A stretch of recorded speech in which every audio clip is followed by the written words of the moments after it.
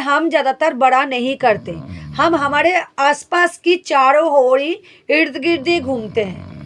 नहीं नहीं ये मेरा फैमिली है, नहीं नहीं इसके लिए मुझे सोचना है, क्योंकि ये मेरे फैमिली के रिलेटिव में है। इन निपट भौतिकवादियों से श्रेष्ठ मनोधर्मी तर्कवादी होते हैं। तो इन निपट भौतिकवादियों से श्रेष्ठ कौन होते हैं? जो मनोधर्मी तर्कवादी होते हैं, जो मनोजगत में उड़ान भरते रहते हैं और उनके वृत्तियों में कविता बनाना तथा दार्शनिकता या शरीर तथा मन के उसी सीमित स्वार्थ के उद्देश्य से कोई बात चलाना सम्मिलित होता है। बोल रहे इससे अच्छा कोई मनोधर्मी होता है, क्योंकि वो जब कविता लिखता है, मनोधर्मी कौन है?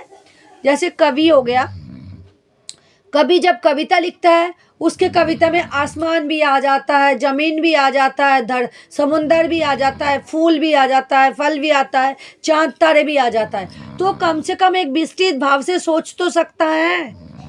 लेकिन नॉर्मली भौतिक जगत में ऐसा नहीं होता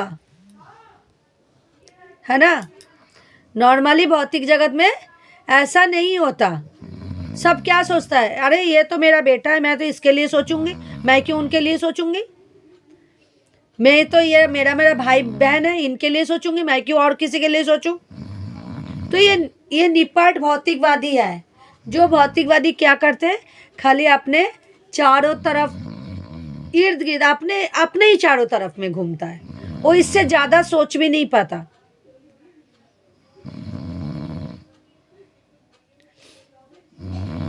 ये मेरा बच्चा थोड़ी ना है जब मैं इसके लिए सोचूं। ये अगर शैतानी कर रहा है तो इसके माँ को जाके कंप्लेंट करो, मुझे मत बोलो। मैं नहीं डांट सकता क्योंकि मेरे बच्चा तो है नहीं है।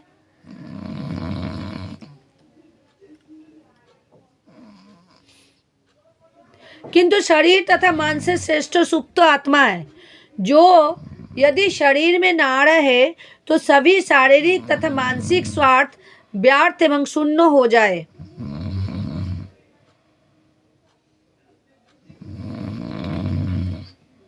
किंतु कम बुद्धिमान मनुष्यों को आत्मा की आवश्यकताओं की कोई जानकारी नहीं होता। बोल रहे हैं शरीर तथा मन से श्रेष्ठ क्या होता है? सुप्त आत्मा। सुप्त आत्मा क्यों बोला है? क्योंकि आत्मा दिखता नहीं है हमें, है ना। तो इसीलिए लगता है, इसीलिए हर कोई आत्मा के ऊपर विश्वास नहीं करता। आत्मा का भी जो कोई संबंध है ये उनको नहीं पता। वो शरीर से जो संबंध है उसी को मानता है। लेकिन एक भक्तों के लिए दूसरे भक्त आत्मा से उनका रिलेशन होता है, क्योंकि आत्मा भगवान से सृष्ट है और दूसरी आत्मा भी भगवान से ही सृष्ट है। तो वो एक आत्मा दूसरे आत्मा को अपना भाई बंधु मानते हैं, और ये संभव है ओनली फॉर जब हम कृष्णा से रिलेशन बनाएंगे तब। लेकिन ये बात मूर्खों लोगों को पता नहीं होता। ये तो मेरी माँ है, मेरी माँ को कष्ट होएगी, ये तो मेरी माँ के लिए ये करना है, यही तो सोचते हैं ना हम लोग।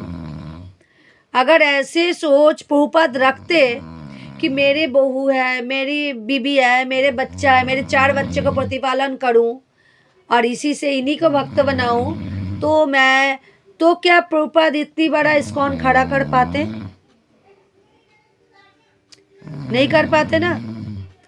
तो एक कृष्ण भक्त विशाल सोच रखता है, विशाल सोच। उसके लिए सारे ब्रह्मांड भी छोटा है। हमारे लिए हमारे फैमिली से बाहर कुछ भी नहीं है, हमारे फैमिली ही हमारे लिए। लेकिन एक कृष्ण भक्तों के लिए ये पूरा ब्रह्मांड उसके कार्यस्थल है, और ये पूरे ब्रह्मांड में जितना भी मनुष्य जाति हैं सारे उसके भाई बंधु रिलेटिव है। प्रभुपाद बोलते मैं 4 बच्चों को छोड़ के जा रहा हूँ, मेरे तो 40,000 बच्चे होंगे, मेरा क्या चिंता है? मुझे पता ही नहीं कहाँ कहाँ मेरे बच्चे हैं। लेकिन हमारे मनोवृत्ति संकीर्ण होता है, तो हमारे मनोवृत्ति में मेरा इतना सा ही फैमिली है, बस। मैं क्यों बाहर जाऊं, मैं क्यों किसी और का करूं? ये सोच हम रखते हैं।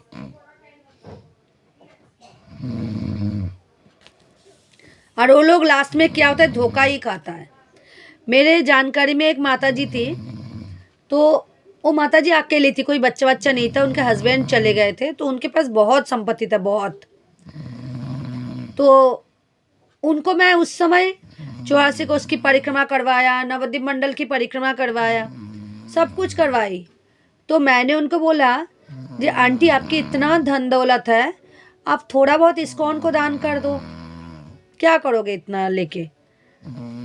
तो उन्होंने बोला नहीं नहीं, मेरा तो भाई है, बहन है, मैं क्यों मंदिर को दान करने जाऊं।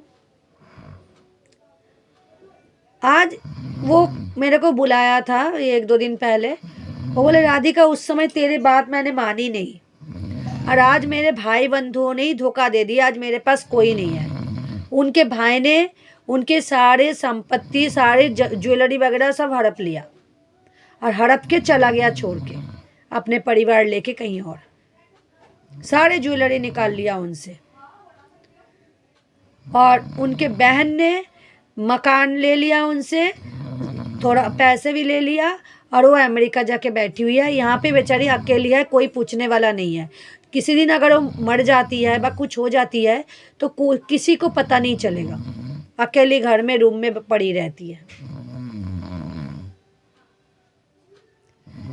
जिस भाई बहन के लिए उन्होंने एक मंदिर को डोनेशन करने से मना कर दिया, किसी और व्यक्ति को देने से मना कर दिया कि मेरे खून के रिश्ते नहीं है, आज उनके देखभाल करने के लिए कोई नहीं है। मुझे बोलता है तू कभी कभी आ जाया करियो मेरे पास। मैं बोला आंटी मेरे पास टाइम ही नहीं है, मैं किस किस को देखूं। तो ऐसे हमें बाद में धोखा खाना पड़ता है, क्योंकि हमने उस समय किसी को नहीं देखा। इससे अच्छा कोई बच्चा ले लेता, कोई गरीब कोई बच्चे को अपने पास रख लेती, लेकिन नहीं किया ना। मंदिर को दान कर देते तो कम से कम मंदिर ही उनका देखभाल करता, वो भी नहीं करा। आज खाने के लिए भी तरसते, क्योंकि कभी कभी खाना बनाने का मन नहीं करता, बुढ़ापा आ गया, बहुत 70-75 साल हो गए, तो अब तो खाने का पैसा भी नहीं है उनके पास, बताओ ना। वो बोल रही थी मेरे 3000 रुपये में क्या होता है राधिका, और असीम संपत्ति था एक समय इनके पास। तो इंसान की ये संकीर्ण मनोवृत्ति के कारण इंसान को बाद में दुख भोगना ही पड़ता है। प्रभुपाद ने अपने 4 बच्चों को छोड़ के इतना बड़ा इस्कॉन सोसाइटी बनाया, और उसके बाद आज देखो प्रभुपाद की पूजा हो रहा है। अगर वो 4 बच्चों को लेकर रहते तो क्या आज प्रभुपाद जी की पूजा होती?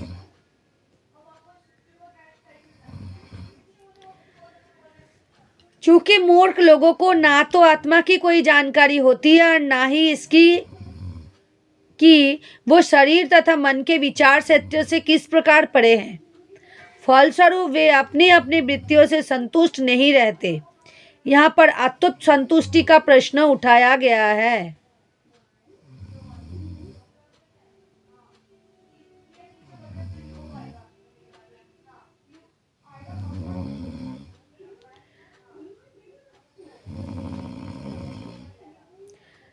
जब हम शरीर और मन के विचार से चलते हैं तो क्या होता है, हम अपने जो वृत्तियां हैं उससे संतुष्ट हो पाते हैं? कोई अपना काम से संतुष्ट है तो बताओ? कोई भी नहीं है। चाहे वो हाउसवाइफ हो, चाहे वो स्कूल के टीचर हो, चाहे वो बैंक में हो, चाहे वो एक बहुत बड़ा एडमिनिस्ट्रेशन ऑफिसर हो, क्या वो संतुष्ट है? उसको लगता है और हो जाए, और बड़े हो जाऊं, और बड़े हो जाऊं, कोई लिमिटेशन ही नहीं है। तो आत्म संतुष्टि उसकी होता ही नहीं है।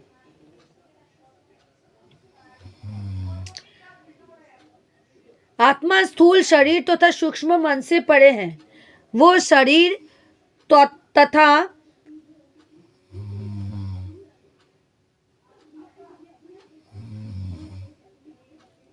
वो शरीर तथा मन का एक सशक्त सक्रिय तत्व है। शरीर और मन को परिचालना कौन कर रहा है?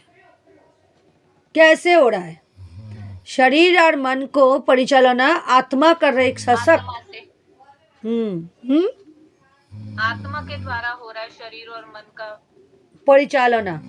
तो बोले ना, इसीलिए बोले वो एक सशक्त सक्रिय तत्व है, लेकिन उसी को जीव स्वीकार ही नहीं करते।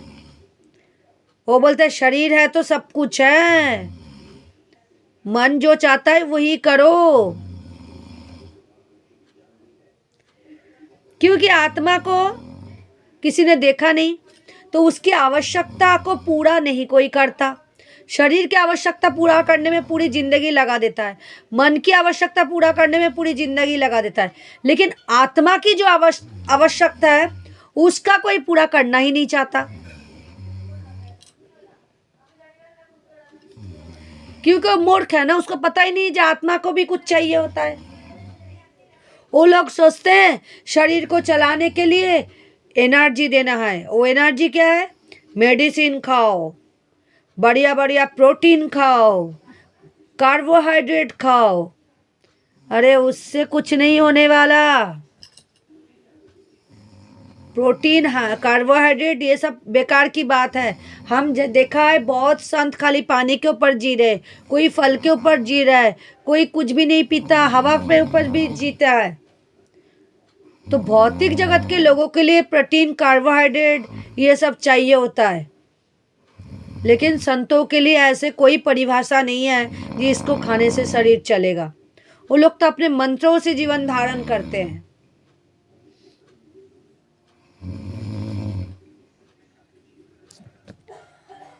शरीर तथा मन तो आत्मा के व्यर्थ के वाज्य आवरण मात्र हैं। जब कोई आत्मा के खुराक देना शुरू कर देता है, उसको फिर शरीर की कोई चिंता नहीं होता, मन की कोई चिंता नहीं होता।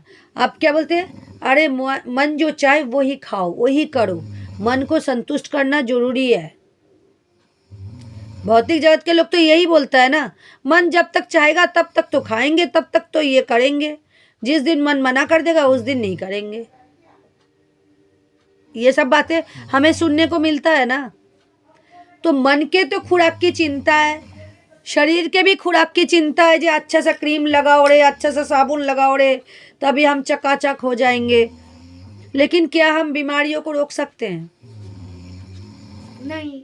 अच्छे से अच्छा क्रीम लगा के हम बीमारी को रोक सकते हैं? अच्छे से अच्छा खाना खा के हम बीमारियों को रोक सकते हैं? ज़्यादा अच्छा खाना खाने के बाद क्या होता है? एसिडिटी हो जाता है, गले में जलन हो जाता है। ज़्यादा काजू किशमिश खा लोगे तो तबीयत खराब हो जाती है।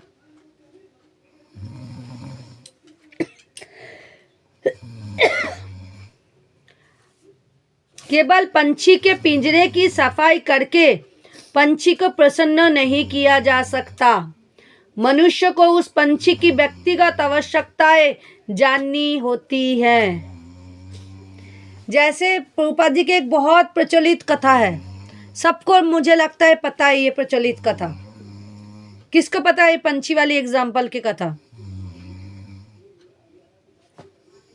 किसको पता है? तू खड़ा क्यों है? बैठ जाना। हाँ हाँ बैठ रहा हूँ। होम्योपैथी दवाई खा ली? हाँ 10-10 बूंदे। 10-10 बजे। हाँ। मैं तो 20 बजे कट लूँ। ठीक है, चलो। किसी को पता है वो तोते वाला कहानी? अच्छा तोते वाला याद आ गया। अब चिड़िया का रेट समझ में नहीं आ रहा था, तोता कह के समझ में आ गया। एक बार एक माता जी घर में अकेली रहती थी। वो बाजार जाती है और एक तोते बेचने वाले की दुकान पे जाती है। फिर वो तोते जो बेचता है उसको बोलता है कि मुझे बातें करने वाला एक तोता दे दो, क्योंकि मैं घर में अकेला रह रह के बोर हो गया हूँ। तो तोते वाले ने उसको एक तोता दिया जो बहुत बातें करता है।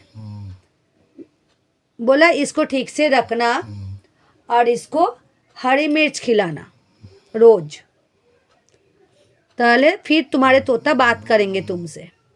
लेकिन वो सोचता है हरी मिर्च इतना सस्ती चीज़ क्यों? मैं तो लाखों करोड़ों संपत्ति के मालकिन हूँ और मेरे कोई खाने वाला नहीं है तो मैं क्यों उसको हरी मिर्च दूँ। वो क्या करती है, लोहे के पिंजरे में लाती है, फिर घर में आके एक वो चांदी का पिंजरा बनाता है, फिर उसमें रखता है। लेकिन और तोते को हरी मिर्च नहीं देता, उसको और चीज़ें खाने के लिए देता है। लेकिन तोते तो हरी मिर्च में खुश होता है। तो वो तोता बात ही नहीं करता, चुपचाप रहता है, बैठे बैठे देखता रहता है। फिर वो उसने सोचा शायद मेरे तोते को ना चांदी के पिंजरा पसंद नहीं आ रहा है, मैं सोने का पिंजरा बना दूँ। फिर उसने एक सोने का पिंजरा बना दिया, लेकिन तोते को हरी मिर्च नहीं दिया और वही बढ़िया बढ़िया खाना दे रहा है। फिर भी तोता चुप रहता है, कुछ नहीं बोलता। फिर उसको एक सोने के बाद चांदी के बाद सोने का दिया, फिर एक डायमंड के पिंजरा बना दिया। बोले अब तो जरूर ये बात करेगा, इतना सुंदर इतना दामी पिंजरा बना दिया, अब तो जरूर खुश हो जाएगा।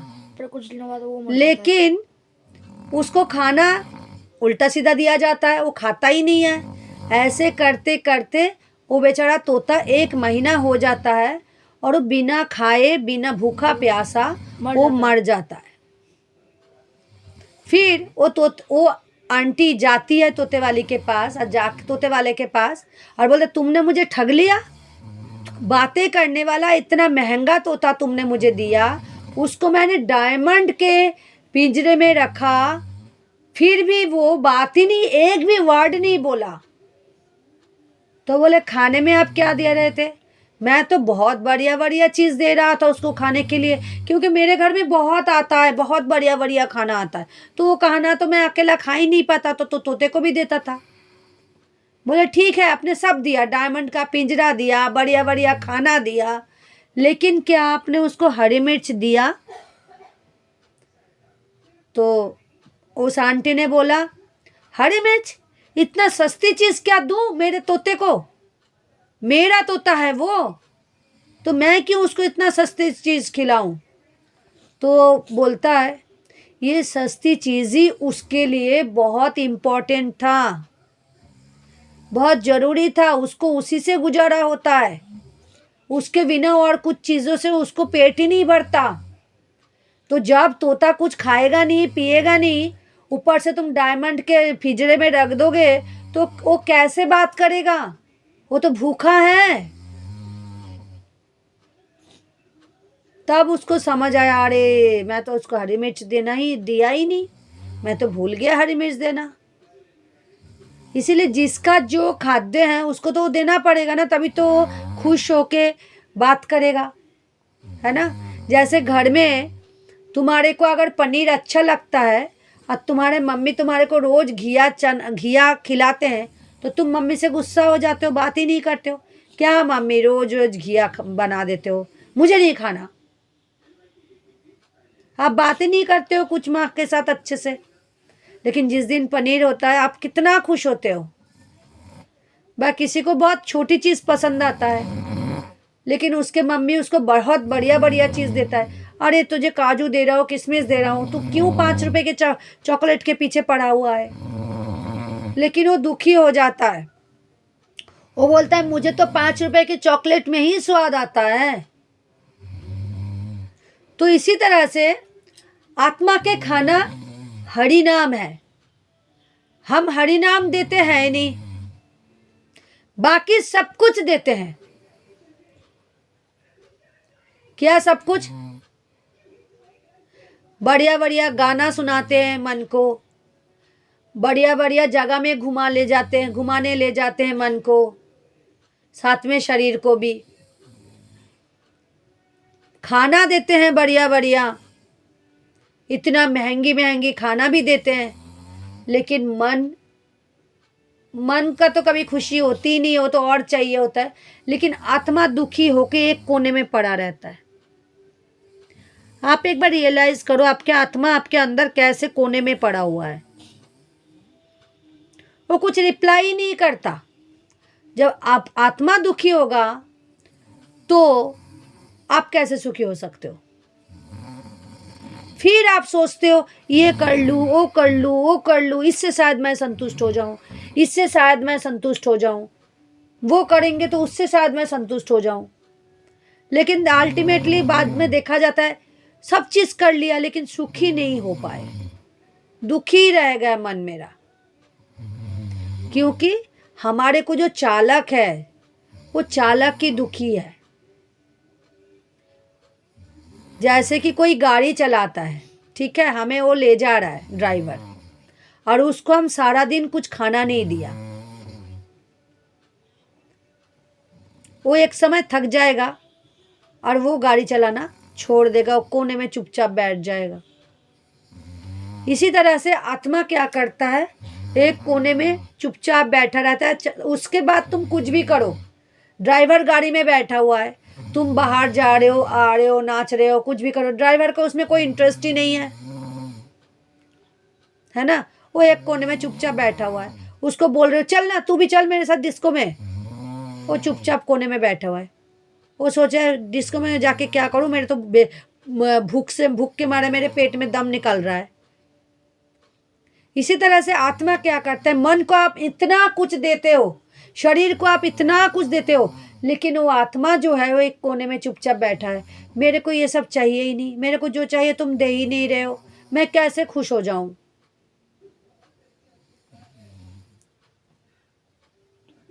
समझ आया? तो हमें हमारी आत्मा की खाना देना जरूरी है। जिस दिन आपके आत्मा संतुष्ट हो जाएगा, उस दिन अपने आप आपके मन में देखना कितना संतुष्टि आता है। लगता है क्या होगा ये सब लेके, छोड़ो ना। पहले क्या था, बढ़िया बढ़िया कपड़ा लेना है, जो 10,000 की ये लेना है, रास्ते में अरे ये वाली लहंगा पहनना है, अरे ये वाली ड्रेस लेना है। और अब क्या लगता है, अरे छोड़ो ना, ये तो एक दिन पहनेंगे, दूसरे दिन फेंकना पड़ेगा। क्या इधर उधर गोवा वगैरह घूमने जाएंगे, पैसे वेस्टेज है। इससे अच्छा मैं तो ये वृंदावन चली जाऊंगी, घर के बगल में ही है, वृंदावन जाऊं, हरे हरे करूं, राधे राधे करूं, आ जाऊं, नाच लूं, गा लूं, सब कर लूं उसी में। बाढ़ में जाऊं, पुलिस की डर रहता है कब रेड पड़ जाए। थोड़ा डिस्को डांसर करा, कोई थोड़ा शराब पिया, उसमें भी मारा मारी हो गया, फिर लुढ़कते लुढ़कते घर आया, घर पे आके बीवी बच्चों के साथ झगड़ा किया, फिर सो गया।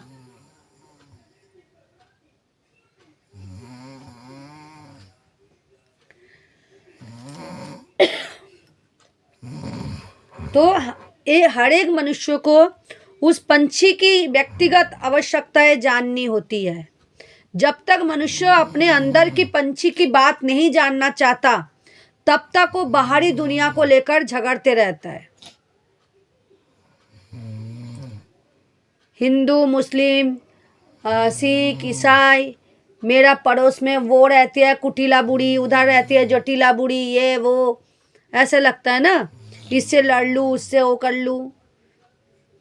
लेकिन जिस दिन उसको अंदर की ज्ञान होता है, वो बोलते सारे दुनिया में प्रपंच है, क्या इसमें पढ़ना, छोड़ो ना, जो जो कर रहा है करने दो, मुझे तो अपना भगवान के नाम लेने दो। बोलिए राधिका माता जी। माता जी, जाति पाति से उठ करके ऊंचे, मतलब जैसे मैं स्कूल में जहाँ पे पढ़ाती हूँ, तो वहाँ पर वो अंबेडकर का निर्वाण दिवस मनाया गया। तो सब लोग आकर के फूल चढ़ा रहे हैं, कैंडल जला रहे हैं। तो मुझे थोड़ा अच्छा सा नहीं लगा। तो इसमें अब आप मुझे गाइड कीजिए। माता जी, जो फूल चढ़ा रहे हैं, चढ़ाने में कोई बुराई नहीं है। हम एक मनुष्य की पूजा, सम्मान कर रहे हैं। किसी का सम्मान करना कभी बुरा नहीं होता। जी माता जी। असम्मान करना बुरा होता है, लेकिन किसी का अगर सम्मान कर रहे हो तो उस इंसान के सम्मान आप नहीं कर रहे हो। उनके अंदर जो गुण था, उनके अंदर भी तो हरिवास करते हैं ना। बस आप मन ही मन सोचो जी, इनके अंदर जो हरि है, मैं उनको सम्मान कर रहा हूँ, उनके गुण को सम्मानित कर रहा हूँ। तो वो किसी भी जात में हो, किसी भी कुछ में हो, हम जात नहीं देख सकते ना। उनके ना 2-3 भाषण सुने थे, तो वो कहते हैं कि हिंदू धर्म का मैं नहीं हूँ, मैं हिंदू धर्म में पैदा हुआ हूँ पर मरूंगा। तो बौद्ध धर्म को लेके प्रचार करके मरूंगा, और इस तरह के भाषण है उनके। माता जी वो उनकी छोटी सोच है, लेकिन हमारी सोच को तो हम बड़ा कर सकते नहीं। यहाँ पे क्या बोला, 100 केंद्रित होते हैं लोग, क्योंकि उनकी सोच छोटी हो तो उनको पता ही नहीं, उनके आत्मा के बारे में ज्ञान ही नहीं है। लेकिन हम सकेंद्रित नहीं है ना, हम कृष्ण भावना में आ गए, हमें पता होता है हम क्या है। तो हमारे जीवन को हमें बड़ा करना है, हमारे सोच को हमें बड़ा करना है। वो जो कर रहे बस हमारा काम है अमानिना माना देनो। चैतन्य महाप्रभु क्या बोला है, अमानिना माना देनो। उन्होंने कुछ काम अच्छा करके गए होंगे, कोई बात नहीं। एक मनुष्य के रूप में हम, उन्होंने जो मनुष्य कुल में जन्म लिया ना, वो किसी भी कुल में हो, लेकिन वो मनुष्य कुल में जन्म लिया। 84 लाख योनियों में एक मनुष्य कुल में जन्म लिया है, ठीक है। हमारे से और कुछ ना माने, हमारे से वयोज्येष्ठ हैं, हमसे बड़े हैं उम्र में, ये सोच के भी अगर हम उनका सम्मान कर दे वही बात है। जी माता जी। हमें उनके वो नहीं लेना। जैसे आईडीसी में बोला जाता है, जो कोई भी अच्छा बड़े संत आ जाए या बड़े कोई व्यक्ति आ जाए, उनका अगर उनके साथ हमारे मतों का मेल नहीं हो रहा है तो उनके विचारधारा को हमें सुनना ही नहीं है। लेकिन उनको असम्मान भी नहीं करेंगे हम, उनको लाएंगे, घर में आएंगे तो बैठने देंगे, उनको पूरा तरीके से आतिथ्य करेंगे, उनको अच्छे से जल पानी पूछेंगे, अच्छा अच्छा खाना खिलाएंगे। लेकिन उनके लेक्चर नहीं सुनेंगे, क्योंकि उनके लेक्चर से हमारे जो मत है वो एक नहीं होता है, तो वहाँ पे बहस हो सकता है। इसीलिए हम बोले हाथ जोड़ करके चुपचाप खड़े रहेंगे, लेकिन उनके बहस आसन नहीं दिया जाता। ये आईडीसी में बोला जाता है, ये दूसरा गुरु को कैसे आप सम्मान कर सकते हो, बस दूसरे जो आध्यात्मिक व्यक्ति होते हैं, संत होते हैं, उसको हम कैसे उनके साथ व्यवहार करें। जी माता जी। ठीक है। और वहाँ पे अगर आप फूल चढ़ा दोगे तो और लोगों के आंखों में भी आप बड़े हो जाओगे, है ना। लेकिन नहीं चढ़ाओगे तो आप उन लोगों के आंखों में नीचे हो जाओगे। तो इससे अच्छा वो काम कर दो। दुनिया को बड़ा करने में हमारे कोई नुकसान नहीं है, खुद को बड़ा करना बेकार है। जी माता जी।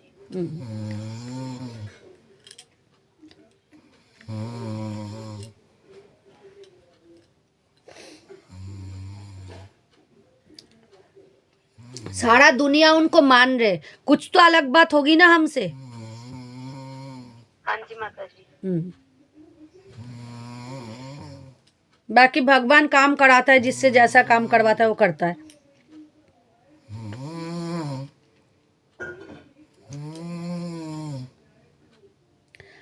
आत्मा की आवश्यकता यही है कि ये भौतिक बंधन के संकुचित क्षेत्रों से बाहर निकालना चाहता है और पूर्ण स्वतंत्रता की अपनी इच्छा को पूरा करना चाहता है। तो आत्मा की क्या इच्छा होता है, जे हम बाहर जाएं, बड़ा कुछ सोचे, मैं यहाँ से बाहर जाऊं और क्या करूं, আমি स्वतंत्रता से घूमूं फिरूं। लेकिन हम लोग क्या है, भौतिक जगत में बंधे हुए आत्मा है, जिसको बद्ध आत्मा कहता है। अभी आप किसी को बोलो माता जी आप मंदिर आ सकते हो माला बनाने, किचन में कुकिंग करने, वो क्या बोलेगा, नहीं माता जी मैं तो घर में बंधा हुआ हूँ, मेरे तो घर में इसके लिए ये करना है, उसके लिए वो करना है। तो हम बद्ध आत्मा है। लेकिन जब हम कृष्ण भावनामृत में आ जाते हैं और असली सत्य को जान जाते हैं, जी ये छोटा सा फैमिली मेरा अकेले के फैमिली है, लेकिन मुझे एक बृहद फैमिली में जाने का मौका मिल रहा है, तो वहां पे क्यों ना जाऊं। तो आत्मा तब मुक्त हो जाती है, क्योंकि आत्मा चाहता ही मुक्त होना है, लेकिन हम आत्मा को कस के पकड़ के रखा है, बांध के रखा है छोटी सी पिंजरे में। पंछी चाहता है उड़ू, है ना, लेकिन हम अपने इंद्रिय तृप्ति के कारण उस पंछी को क्या करते हैं, एक छोटा सा पिंजरे में बंद करके रख देते हैं और उनकी पूरी जिंदगी बंद करके रख देते हैं। हम उनको उड़ने नहीं देते। कितनी बड़ा अपराधी है। तो हम अपने लिए भी हम खुद अपराधी हैं। हमारे आत्मा उड़ना चाहता है और हम हमारे आत्मा को बंद करके रख देते हैं। समाज के, संसार के श्रृंखलता में। समाज क्या कहेंगे, संसार में लोग क्या कहेंगे, मेरे घर वाले क्या कहेंगे, मेरे बच्चे क्या कहेंगे, ऐसे हम बांध के रखते हैं अपने आत्मा को। और हम कितना आत्मा के लिए हम कितना अपराधी है हमें नहीं पता। वो आत्मा भी हमारे शरीर को पनिष्ट करता है, तभी तो हमें सूक्ष्म शरीर को पनिशमेंट दिया जाता है, क्योंकि हम आत्मा को बांध के रखते हैं। जो आत्मा बाहर उड़ना चाहते हैं उनको हम बांध के रखते हैं। इसके लिए दोषी कौन है, हम खुद है। समाज कैसे हमें बांध सकता है, हमारा मन ना करे। अगर समाज बांध सकता तो हम सिगरेट ही नहीं पीते। समाज बोलता है सिगरेट मत पियो, और हम सिगरेट पीते हैं, तब तो हम नहीं मानते। तो आत्मा क्या चाहता है, भौतिक बंधन से बाहर जाना चाहता है, और ये तभी संभव होता है जब हम भगवान के आश्रय करते हैं। जो भगवान के आश्रय करता है वो देखना कभी आगे पीछे की चिंता ही नहीं करता, वो निकल जाता है। जब उसका मन करता है भगवान की सेवा के लिए जाना है, भगवान के धाम में घूमने जाना है, वो निकल जाता है। वो नहीं सोचता कि पीछे क्या होगा। अरे सबका अपना अपना लाइफ है, करो ना तुम अपना काम, मेरे को क्यों बंद के रखना चाहते हो। तुम्हारा जैसे अपना इच्छा है, तुम्हारे आत्मा के जैसे अपना इच्छा है, मेरे आत्मा का भी तो अपना इच्छा है। तुम कौन होते हो मेरे आत्मा को बांधने वाला। समझ आ रहा है, किस किस को समझ आ रहा है ये बात। मुझे आ रहा है। और कोई। हाँ जी माता जी, आ रहा है समझ माता जी। हाँ जी माता जी, आ रहा है समझ में। जे हम कैसे बद्ध आत्मा को जबरदस्ती, मुक्त आत्मा को जबरदस्ती बांध के रखते हैं। आपकी आत्मा चाहता है भगवान की सेवा करना, आप क्या बोलते हैं, अच्छा चल अभी सास के लिए दवाई बनानी है, अभी बेटे के लिए नाश्ता बनाना है।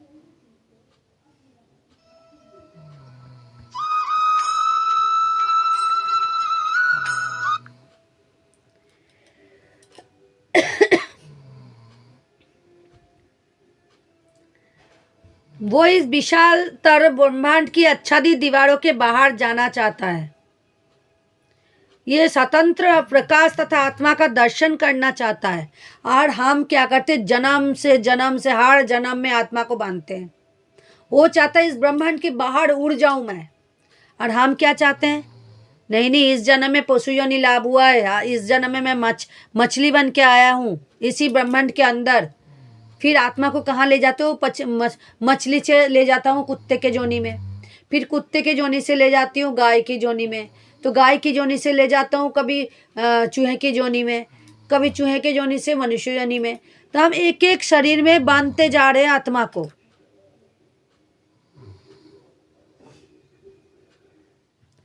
और आत्मा की ये ख्वाहिश पूरा ही नहीं हो रहा है। 84 लाख जोनियों घूमते घूमते आत्मा फेड अप हो चुका है। बोलते मैं कब इससे बाहर जाऊं, ये 84 लाख योनियों से बाहर कब जाऊं, मैं कैसे बंद के रहूं। आप सोचो, आपको अगर ऐसे करा जाए तो क्या होता है। वैसे तो सच में तो आप ही हो, वो आत्मा तो आप ही हो, लेकिन अभी हमारे फीलिंग नहीं है ना वो वाली जो मेरे को बांध के रखा गया है। खाली एक बार ये सी चीज़ सोचो, जो कभी आप कुत्ता बने, कुत्ते के शरीर में बांध के रहे, कभी आप मछली बने, मछली के शरीर में बांध के रहे, कितना कष्ट झेला होगा उस समय। और अब मनुष्य योनि में आके मनुष्यों के शरीर में बांध गए हैं। और मनुष्य शरीर का कष्ट तो हमें समझ आ जाता है, हम तो रोने लगते हैं जब हमें कोई कष्ट देता है। तो मनुष्य योनि में ये सोच सकते हैं कि आप मुझे इस शरीर से जाना है बाहर, है ना। पशुओं के योनि में तो हमने सोचे नहीं पाए जो हमें इस शरीर से बाहर जाना है, और सोचा भी होगा तो रास्ता नहीं पता था, मार्ग नहीं पता था। लेकिन मनुष्य योनि में मार्ग पता है, ये करेंगे तो इस योनि से बाहर जाके मैं इस ब्रह्मांड से भी बाहर जा सकता हूँ, दोबारा इस दूसरे योनि में भी बांधना ना पड़े मुझे। ये जानने की कोशिश करेंगे तो जान सकते हैं इसको, और फिर उसी से उसी के अकॉर्डिंग अगर चलेंगे तो हम बाहर भी निकल जाएंगे, है ना, जोनियों से बाहर भी निकल जाएंगे और हमारे आत्मा मुक्त हो जाएगा, ब्रह्मांड के बाहर उड़ता रहेगा वो, जितना मर्जी घूमे, भगवान के पास जाए, भगवान आनंद के सागर है, वहाँ पे जाके डुबकी लगाए।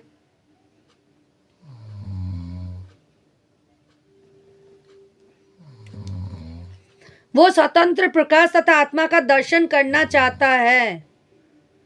उसे पूरी स्वतंत्रता तब प्राप्त होती है जब वो पूर्ण आत्मा से भगवान को मिलता है। वो पूर्ण स्वतंत्र कब होता है? जब वो इस ब्रह्मांड के बाहर जाके भगवान से मिल जाता है, तब वो पूर्ण स्वतंत्र हो जाता है। प्रत्येक प्राणी में ईश्वर के प्रति प्रशुद्ध स्नेह उपस्थित रहता है। तभी तो हम जब मंदिर में जाते हैं हमें इतना सुकून मिलता है, क्योंकि तब आत्मा को दिखने को मिल जाता है अपने परम पुरुष को, जिससे जैसे एक बच्चा उसके माँ को देखता है तो कितना खुश हो जाता है। स्कूल में भेज दिया, स्कूल में रोने लगा, मैडम ने समझाया तो वो क्या किया, पढ़ाई लिखाई कर तो रहा है लेकिन उसको वो बार बार घड़ी देख रहा है, कब छुट्टी होगा, कब मेरी माँ आएगा, कब मुझे मिलेगा। और फिर जैसे वो देखता है जे मैडम ने बोला अब आधा घंटे बाद तुम्हारे मम्मी आएंगे तुम्हें लेने, वो कितना खुश हो जाता है, जल्दी जल्दी काम करता है और सोचता है इस आधा घंटा पार हो जाए मैं अपने माँ से मिल लूँ, और मिलते ही माँ के गला पकड़ के और माने खुश हो जाता है।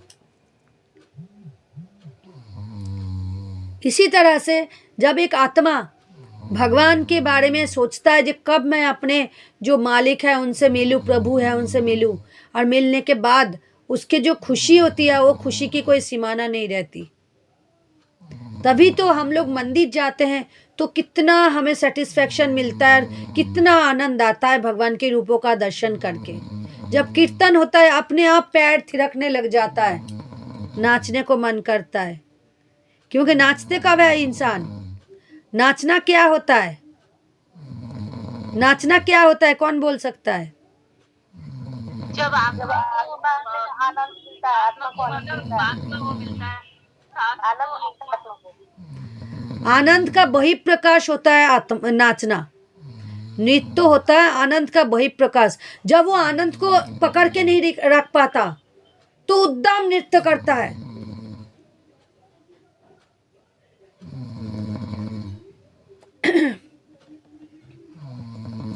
आध्यात्मिक जीवन का प्राकट्य स्थूल शरीर तथा मन के माध्यम से स्थूल तथा सूक्ष्म पदार्थों के प्रति विकृत प्रेम के रूप में होता है। लेकिन जब आत्मा मन और शरीर के साथ मिल जाता है तो वो क्या होता है? दूषित हो जाता है। और फिर क्या होता है? वो प्रेम पाने की कोशिश करता है लेकिन वो मोह में पर्यवसित हो जाता है, क्योंकि शरीर और मन दूषित है, वो अच्छी चीज दे ही नहीं सकता। तो जब वो दूसरे शरीर और मन से प्रेम करता है तो क्या होता है? मोह उत्पन्न होता है, दूषित हो जाता है। वो विकृत प्रेम के रूप में होता है, विकृत प्रेम हो जाता है। क्योंकि आत्मा जब आत्मा से प्रेम करता है वो शुद्ध प्रेम होता है, उसमें कोई खराबी नहीं रहता, लालच नहीं रहता। लेकिन आत्मा जब शरीर और मन से प्रेम करने लग जाता है तो वो शरीर से प्रेम कर, शरीर शरीर चाहेगा, मन मन चाहेगा। जब शरीर शरीर को चाहेगा तो दूषित हो गया, विकृत प्रेम हो गया, है ना।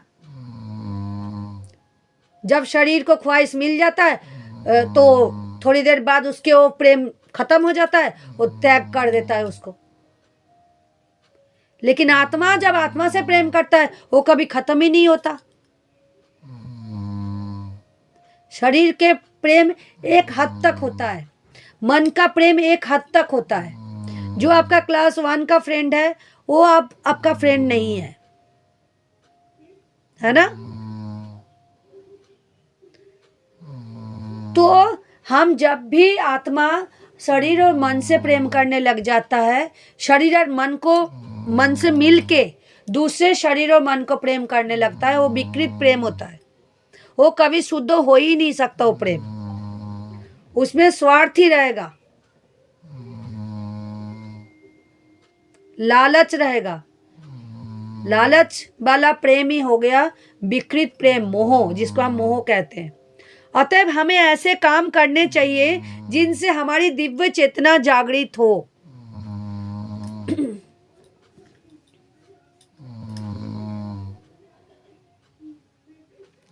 तो हम ऐसा काम करें जिससे हमें दिव्य चेतना जागृत हो जाए। ऐसा परमेश्वर की दिव्य लीलाओं के श्रवण एवं कीर्तन द्वारा ही संभव है। तो रास्ता उन्होंने बताया, ये कहाँ से हमें शुद्ध प्रेम मिल सकता है। वो शुद्ध प्रेम पाने के लिए हमारे दिव्य चेतना को जागृत करना पड़ेगा, तभी तो हमें समझ आएगा कि क्या शुद्ध है क्या अशुद्ध है। तो ये दिव्य चेतना कैसे जागृत होगा?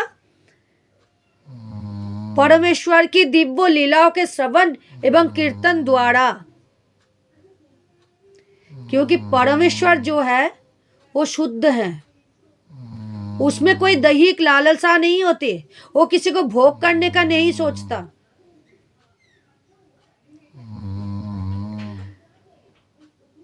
ऐसी कोई भी वृत्ति जिससे मनुष्य में शरीर परमेश्वर के दिव्य संदेश का श्रवण तथा कीर्तन करने में अनुरक्ति जागृत नहीं होती, उसे यहाँ पर समय का अपव्यय मात्र बताया गया है। अगर हम लोग भगवान के सेवा के अलावा, भगवान के लीला गुणों कीर्तन के अलावा और कोई काम करते हैं तो समय का अपव्यय है। समझ लीजिए आप लोग ये बात। हम अपने टाइम को कैसे वेस्ट कर रहे हैं, ये सोचने वाली है। ऐसा इसलिए है कि अन्य वृत्तियां आत्मा को मुक्ति नहीं दिला सकती।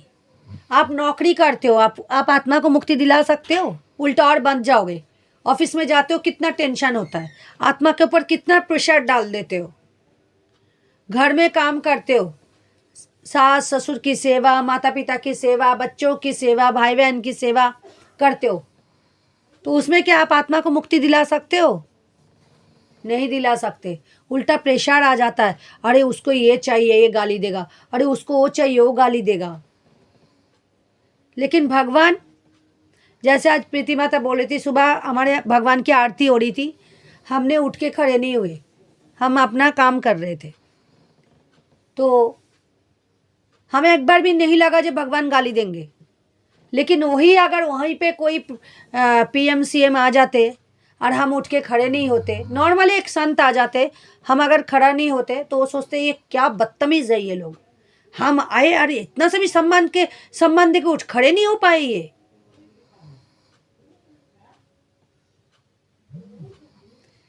तो और वृत्तियों में क्या बोल रहे हैं, हमारे आत्मा को मुक्ति नहीं दिला सकते, क्योंकि और वृत्तियों में तो भाव ही नहीं है ना, भगवान को संतुष्ट करने की भाव ही नहीं है, तो कहाँ से आत्मा को मुक्ति मिल जाएगी।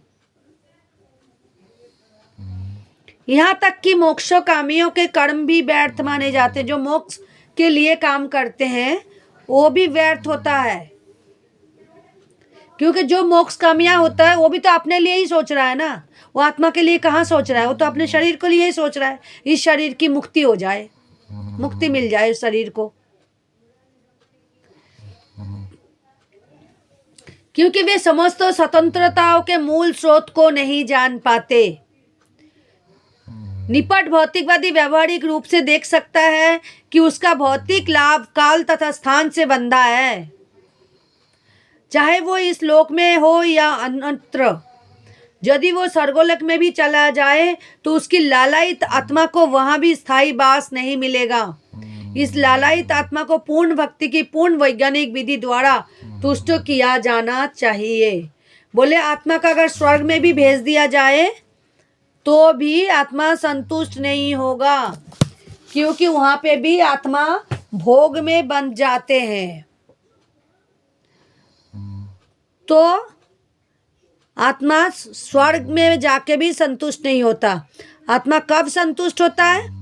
जब आत्मा को परमात्मा से मिलाई दिया जाता है। जैसे एक माँ को अपने पुत्रों से, एक पुत्रों को अपनी माता से मिलाया जाता है, तभी तो असली आनंद आता है ना। जो माँ है उसको पता है अपने बच्चे के मिलने की खुशी कितनी होती है, और जो बच्चा है वो भी जानता है अपने माँ से मिलने की खुशी कितनी होती है, चाहे माँ 10 थप्पड़ क्यों ना मार दिया हो। बहुत समय उसके दादी बोलता है, क्यों माँ के पास जा रहा है, तेरे माँ इतना मारते हैं, तेरे माँ तो डायन है। लेकिन बच्चा क्या बोलता है, नहीं मुझे मम्मी चाहिए। बोलते हैं कि नहीं? हाँ जी माता जी। तो इसी तरह से हमारे आत्मा को जब तक हम परमात्मा से नहीं मिलाएंगे, उसको हजारों गुलाब जामुन दे दो, हजारों 10,000 की लहंगा दे दो, वो नहीं खुश होने वाला। ठीक है, बहुत रात हो गया, 10-15 हो गया। अगर आप लोगों को कुछ क्वेश्चन है तो बताइए, कोई कमेंट्स है तो बताइए।